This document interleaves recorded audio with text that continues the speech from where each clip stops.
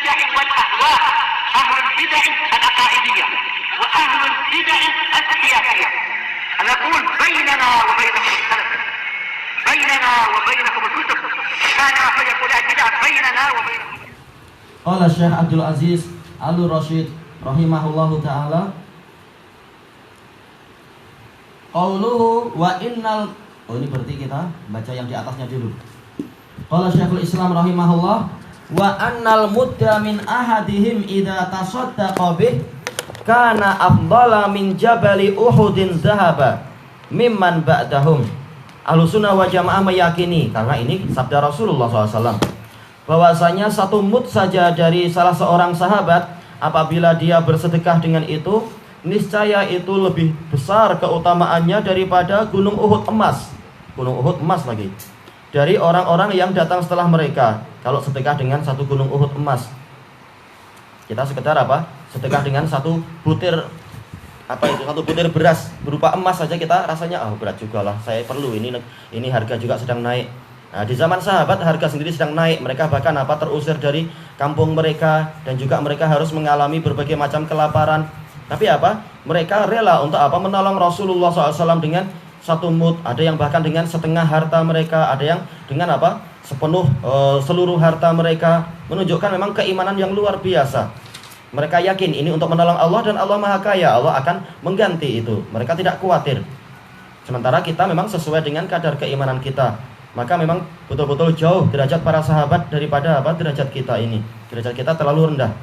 Tapi alhamdulillah kita berjalan semampu kita. Karena Rasulullah SAW bersabda, almar'u ma'aman ahab, seseorang akan bersama dengan yang dia cintai. Walaupun amalan kita tidak mencapai amalan mereka. Yang penting kita sudah berusaha menempuh jalan mereka, bukan merasa pandai kemudian menempuh jalan yang lain. Summa idza kana qad sadara min ahadihim dzambun, kemudian apabila telah muncul dari salah seorang dari sahabat suatu dosa, karena memang mereka bukan maksum seperti manusia umumnya, fayakunu qad taba minhu, maka boleh jadi mereka telah tobat dari itu. Karena kalau orang biasa saja dan dia orang soleh, dia aja berusaha untuk tobat, gimana kita buruk sangka sahabat gak mau tobat? Au ata bihasanatin tamhuh, atau dia telah mendatangkan kebaikan-kebaikan yang menghapusnya, karena sahabat memang orang yang paling bersemangat kepada kebaikan. Au ghufira lahu bifadli sabiqatihi, atau telah diampuni untuk dia karena keutamaan sabiqatihi, karena mereka yang pertama kali masuk Islam dan mereka berlomba-lomba di dalam kebaikan, mereka adalah rajin musabaqah. Au bi syafaati Muhammadin sallallahu alaihi wasallam, atau dengan syafaat Muhammad sallallahu alaihi wasallam, alladzi hum ahaqqun nasi bi syafaatih, yang mana para sahabat itulah orang yang paling berhak mendapatkan syafaat Rasul. Iya, mereka sahabat beliau sendiri, gimana mereka tidak dapat syafaat? Sementara orang-orang zaman sekarang saja yang jauh dari zaman Rasul dan pembelaannya pun tidak seberapa, bahkan membela sunnah Nabi aja malas, lebih suka kepada bid'ah. Ikut tauhid Nabi aja nggak mau, lebih suka pada syirik, itu masih mengharapkan syafaat. Ketahuilah sahabat yang lebih berhak mendapatkan syafaat daripada kalian atau orang-orang macam kita ini. Jelas para sahabat lebih berhak daripada yang lain-lain. Mereka yang bahkan menolong Nabi habis-habisan. Ketika panah-panah itu menghantam Nabi, mengarah kepada Nabi, justru siapa? Abu Dujanah yang menghadangkan dadanya untuk terhantam panah-panah tadi. Demikian pula siapa itu? Abu Thalhah ketika Rasulullah dikepung. Tinggal tinggal 2 muhajirin dan tinggal kurang lebih berapa itu? 9 ansor atau berapa? Dalam keadaan musuh itu ribuan. Sampai-sampai tangan Abu Thalhah jari-jarinya putus ketika menghadapi serangan musuh itu. Rasulullah berusaha untuk melihat ke sana ke sini, melihat ke arah panah. Maka Abu Thalhah mengatakan, "Ya Rasulullah, jangan sampai Anda menjulurkan leher Anda. Nahri duna nahrik. Leher saya untuk melindungi leher Anda." Coba zaman sekarang siapa yang mau seperti itu? Sekedar Sekedar melindungi sunnah Nabi aja malas. Yang penting orang lain yang dicela, yang penting bukan saya. Kebanyakan orang sudah seperti itu, nggak peduli Islam dicela atau Nabi dicela, yang penting diri sendiri masih selamat. Maka bagaimana kita katakan kita layak dapat syafaat, sementara sahabat kalau salah sedikit langsung dicaci maki? Ini jauh sekali. Harusnya kita yakin kalau kita masih ada harapan dapat syafaat, insya Allah, karena kita masih muslim, maka sahabat lebih berhak lagi untuk dapat syafaat. Au ba'tuliya bibala'in fid dunya kufira bihi anh, atau dia telah diuji dengan apa? Bencana-bencana di dunia yang dengan itu dosa dia telah dihapuskan. Sahabat mengalami banyak ujian-ujian. Ujian ketika menolong Nabi menghadapi orang kafir, ujian ketika menghadapi apa? Menghadapi orang-orang munafikun, juga ujian-ujian berupa apa? Bencana alam yang sering mereka alami, bukan karena banyaknya dosa, tapi memang Allah Ta'ala ingin menaikkan derajat mereka dan mendatangkan mereka ke sisinya dalam keadaan bersih dari dosa. Maka terjadi gempa bumi di zaman Umar, terjadi juga apa? Ta'un di Amwas di zaman Umar, dan seterusnya juga apa? Amur Romad, yaitu tahun Romad, karena pada waktu itu angin bertiup sangat kencang sampai-sampai kerikil itu berterbangan, sampai-sampai binatang-binatang liar pun masuk ke rumah-rumah manusia, berlindung bersama manusia. Sampai Umar bersumpah tidak akan makan makanan yang sedap selama kaum muslimin belum selamat dari itu. Ini adalah apa? Musibah-musibah untuk menghapus dosa-dosa generasi yang terbaik. Tayyib. Maka kita yakin bahwasanya para sahabat adalah orang-orang yang betul-betul sudah dibersihkan oleh Allah Ta'ala. Maka tidak layak setelah mereka dibersihkan itu kemudian kita masih menyimpan dendam, masih mencaci maki mereka dan seterusnya. Sementara kita sendiri nggak yakin kita sudah bersih.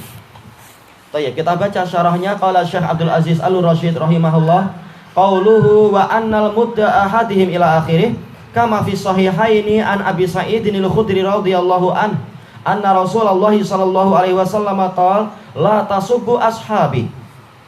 Hadis muttafaqun alaih dari Abu Sa'id Al-Khudri radhiyallahu an. Rasulullah SAW bersabda, jangan kalian mencaci maki para sahabatku. Ini Rasulullah melarang. Kalau emang kita mengikuti Nabi telah melarang, maka jangan kita mencaci maki sahabat beliau. Falau anna ahadakum anfaqa mithla Uhudin dhahaba, kalau salah seorang dari kalian menginfakkan seperti gunung Uhud emas, ma balagha mudda ahadihim wala nasifah, tidak akan dia itu mencapai 1 mud atau setengah mud saja dari salah seorang sahabatku itu tadi.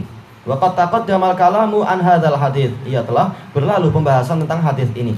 Kita lanjutkan. Qauluhu summa idza kana qad sadar ila akhirih, kemudian kalau memang muncul sebuah dosa dari sahabat karena masih manusia biasa, maka apa? Boleh jadi dia telah bertobat.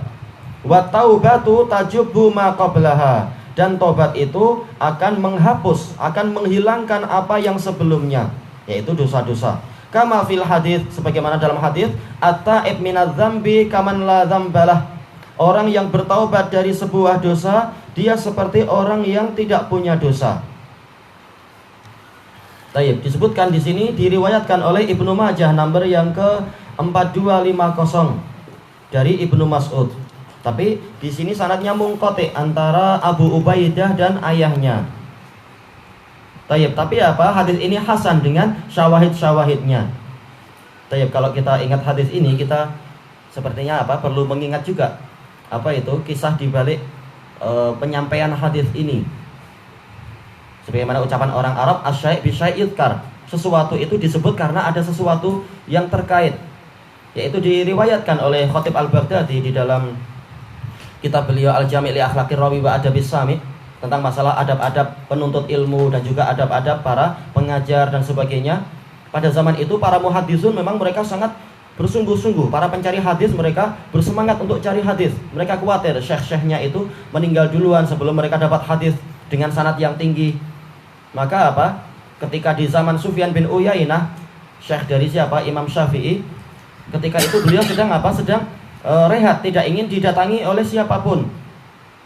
Kemudian apa? Ternyata para pencari hadis mereka sampai naik ke pagar rumah beliau, masuk. Kemudian apa? Ketuk-ketuk pintu. Maka beliau marah.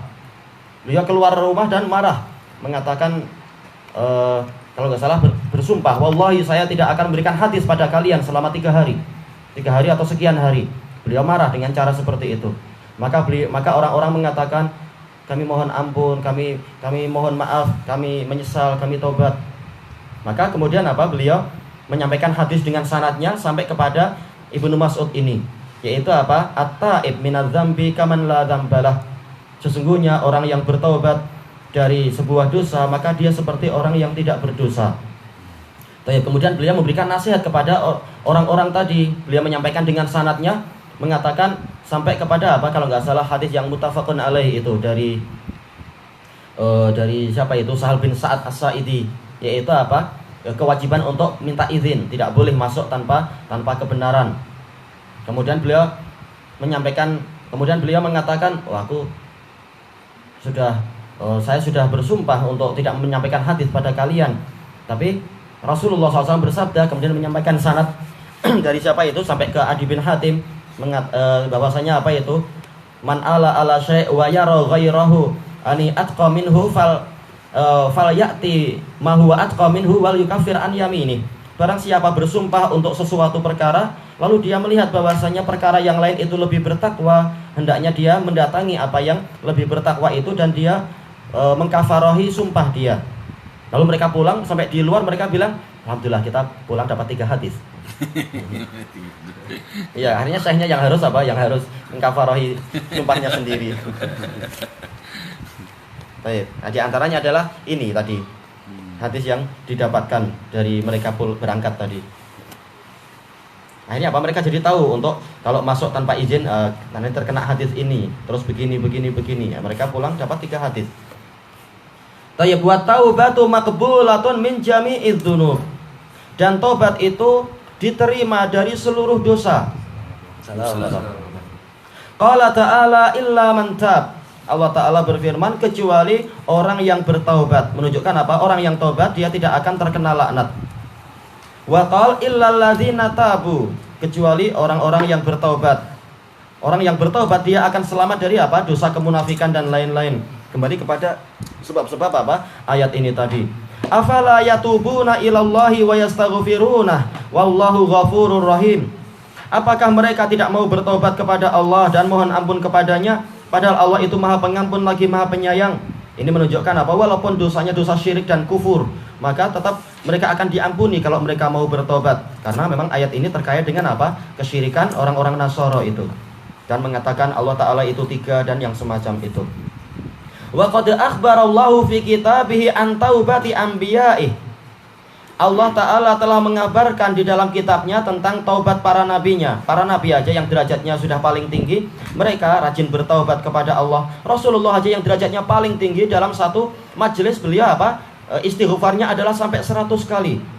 Maka kenapa kita tidak mencontoh para nabi, terutama nabi kita sendiri? Kenapa justru sebagian orang merasa derajatnya sudah sampai ma'rifat dan hakikat, lalu sangat sombong seperti itu, tidak mau bertobat, bahkan apa? Membela dirinya dengan dosa-dosa tadi.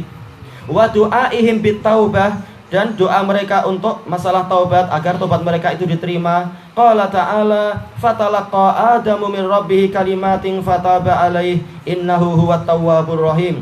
Lalu Adam menerima kalimat-kalimat dari Rabb-nya. Kalimat apa itu? Rabbana dzalamna anfusana itu.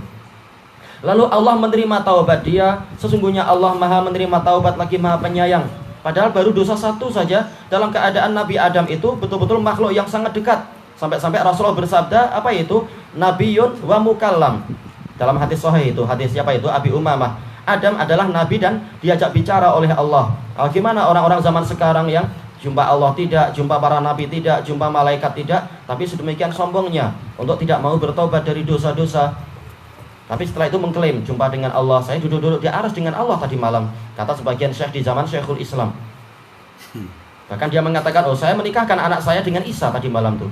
Khayalnya terlalu melampau-lampau. Emang sakit betul. Tayyib. Wa qala an Musa alaihi salam, dan Allah berfirman tentang Nabi Musa alaihi salam, tubtu ilaika wa ana awwalul mu'minin. Saya bertaubat kepadamu dan saya adalah orang yang pertama beriman. Yaitu apa? Beriman bahwasanya engkau tidak mungkin dilihat dengan mata di dunia ini. Padahal kalau dilihat dari kesalahannya, bukan kesalahan yang besar, bukan kesalahan yang fatal. Sementara orang zaman sekarang mengaku telah melihat Allah begini dan sebagainya, dan kemudian mengklaim dapat wahyu ini dan itu. Nabi Musa minta melihat Allah saja, kemudian Allah mengingatkan bahwasanya Allah tidak mungkin dilihat di dunia ini. Kemudian apa? Menunjukkan tentang apa? Gunung saja tidak kuat, gunung akan hancur ketika sekedar apa? Sekedar melihat kelingking Allah Ta'ala. Belum lagi apa? Melihat wajah Allah yang semuanya akan terbakar itu, makhluk-makhluk yang ada. Baik. Itu aja Nabi Musa langsung bertobat. Maka bagaimana dengan orang-orang yang sombong-sombong tadi justru tidak mau bertobat? Bahkan apa? Kekufurannya melampau-lampau. Sampai apa? Mereka mengatakan kamu melihat Allah, mimpi melihat Allah saja sudah sombong. Seandainya kamu melihat Allah 70 kali, itu tidak sebanding dengan ketika engkau melihat wajah Abu Yazid Al-Bistami. Na'udzubillah, ini kekufuran yang melampau-lampau itu. Merasa apa? Lebih besar keutamaannya daripada melihat Allah 70 kali. Kalau sudah melihat wajah Abu Yazid Al-Bistami, tokoh besar Sufiyah itu. Ini memang na'udzubillah kesombongan yang terlampau besar dari orang-orang tokoh besar Sufiyah. Nabi Musa aja taubat dengan sekedar pengen melihat wajah Allah, terus Allah melarang. Ila ghairi dzalika minal ayat, dan ayat-ayat yang lain tentang masalah ini. Wa ammal ma'suru anin nabiyyi sallallahu alaihi wasallam fakatsirun jidda. Adapun apa yang diasarkan, yaitu sanad-sanad yang ada dari Nabi sallallahu alaihi wasallam, maka dia itu banyak sekali. Wa ashabuhu kanu afdhala qurunil ummah, dan para sahabat Nabi adalah generasi umat yang terbaik, yang paling utama. Fahum a'raful quruni billah, mereka adalah generasi yang paling kenal Allah. Jadi kalau masalah makrifat, para sahabat yang paling tinggi makrifatnya setelah apa? Rasulullah SAW. Orang zaman sekarang nggak kenal Allah. Bagaimana mengatakan saya mencapai makrifat? Wa asyaddahum lahu khasyah, wa asyadduhum lahu khasyah, mereka adalah orang yang paling takut kepada Allah, tidak sombong-sombong semacam tokoh Sufiyah itu. Wa qad waqa'a min ba'dihim asya'un nadimu 'alaiha, telah terjadi pada sebagian mereka perkara-perkara yang mereka sesali, wa tabu minha, dan mereka bertobat dari itu, wa hadza masyhur, dan ini telah terkenal di antara mereka. Tayyib ilahuna wallahu a'lam.